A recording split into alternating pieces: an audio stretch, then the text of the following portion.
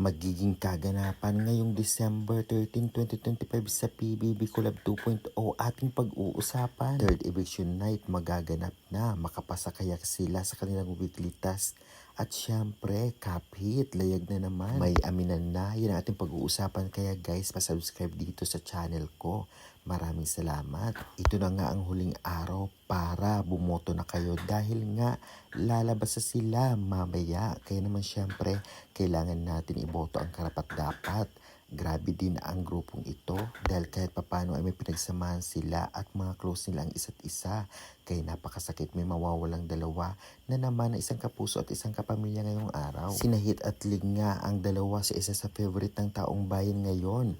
Ngunit mahirap pumili ang ibang netizens kung sino ang ililigtas. Ngunit alam naman natin na malakas si Hit sa labas ng bahay.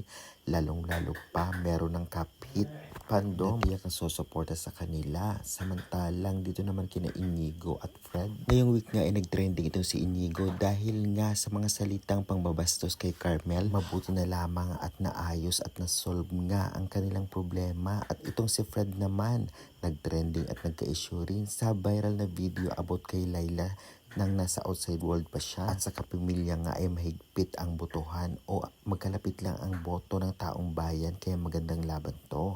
Kaya good luck na lamang at deserve ng mananalo. Syempre, andyan ang fans para sumuporta. Samantalang, layag na naman ngayon ang Kapit, Caprice at itong si Hit. Dahil nga may screen time silang dalawa, lalong-lalo pa nominado ngayon si Hit dahil lalong nagpakilig sila sa taong bayan. Bago ang eviction night nga, ipapakita kung ano nga ba ang pinag-usapan nilang dalawa na sila lang. May aminan kayang magaganap, kaabang-abang ito. Kaya guys, excited na ba kayo sa kanila? Pa-comment ka sa baba. Samantalang napakahirap ngayon ang kanilang weekly task at mukhang hindi sila magtatagumpay. Grabe.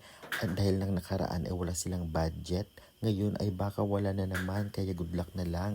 Dito ay leader sina Fred at Lee. Malay natin ay magtagumpay dahil nga ginawa din nila ang best nila para maging leader. Kaya guys, sa tingin nyo magtagumpay kaya sila? Doon pa man ay pa-comment na lang and pa-subscribe for more PBB updates. Maraming salamat sa support. Subscribe na.